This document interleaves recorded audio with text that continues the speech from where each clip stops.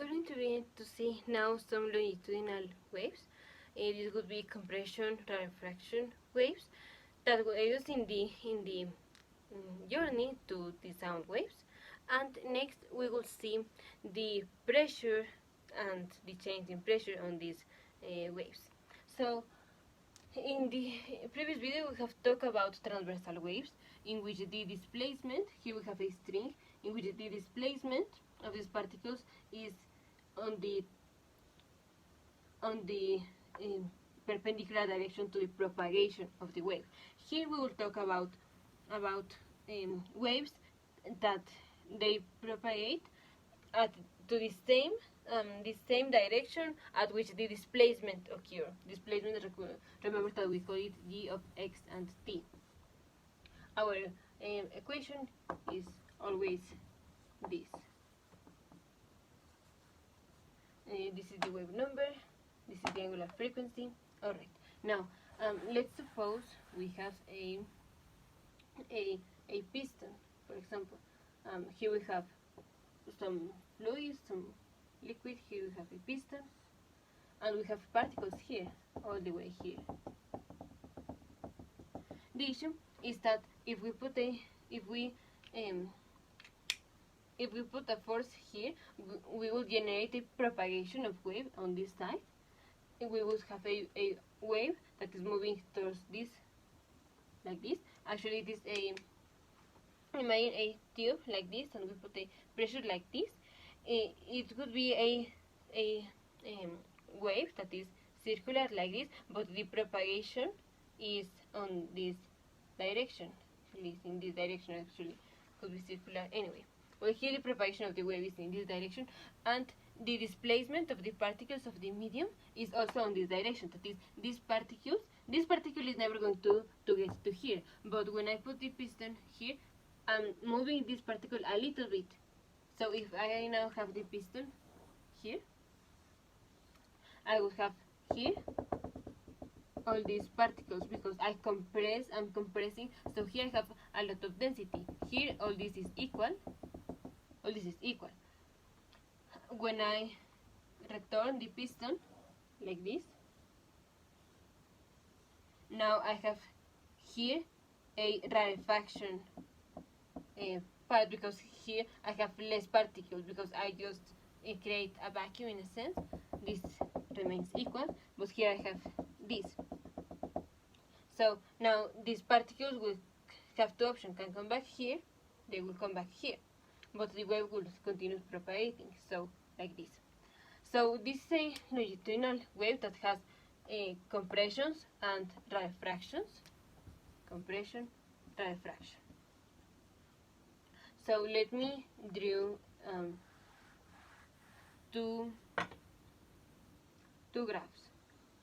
One would be the graph of the pressure with respect to x is the distance, or the specific particle to which I'm talking about.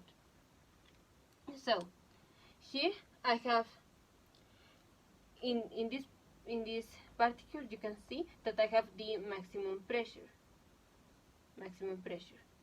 Then I will have this, that is normal, and I will come to a part of rarefaction. After I have done this many times, you will see, let me put the diagram. It will be something like this. So I have increased pressure, normal rarefaction, normal, increased pressure. So it is composed of rarefaction and compressions. So I will have something like this. Oops. It's supposed to be that this is hit by something like this. Something like this. So this is sorry, I have this amplitude. I will maintain this amplitude. I'm not very good at drawing, but at least you can understand better if we are doing the drawing together than if you just see a beautiful drawing that I can post to you. Alright, anyway. So this will be the graph.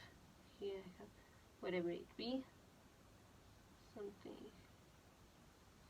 like this, whatever it is. Alright, so you can see that when I have this increased pressure, this corresponds to this. When I have this less pressure, corresponds to this.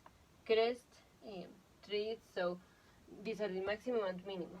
Now, the comparison with the displacement is here. Let me put the I will put the graph of the displacement here. The displacement, remember, is the function y of x t. And here I am also putting x, so I'm talking about the particles. I'm plotting the graph of the displacement. So, yes, it will have this appearance, but the issue is that at this point, the particles are not moving.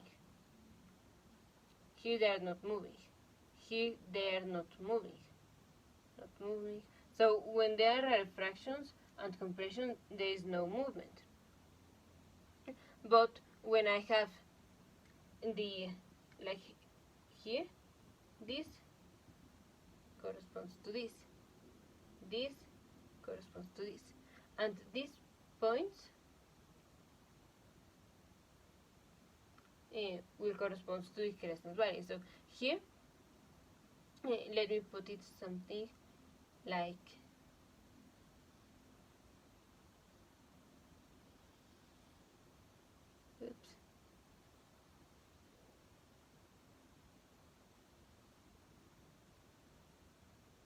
something like this. So here now, as you can see, this is the point where there is no displacement, and here I have the maximum pressure and no displacement, maximum pressure, no displacement, the minimum pressure. And when I have no pressure, here I have no pressure, this corresponds to either the maximum or the minimum displacement. All of this. Alright. Now here, when I have this,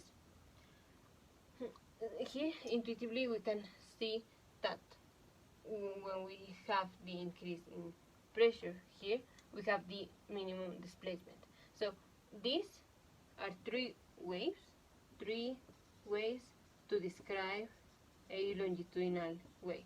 Now I think that I'm running out of time, so in the next video we will continue to the derivation of the pressure on a longitudinal way.